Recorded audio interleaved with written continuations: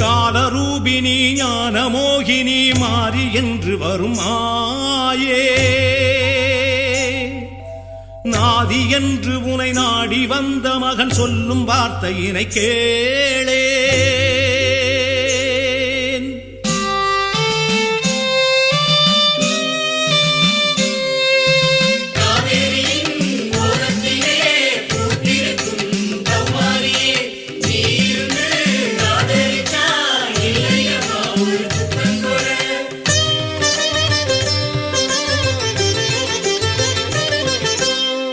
சமயபுரம் அமர்ந்தவளே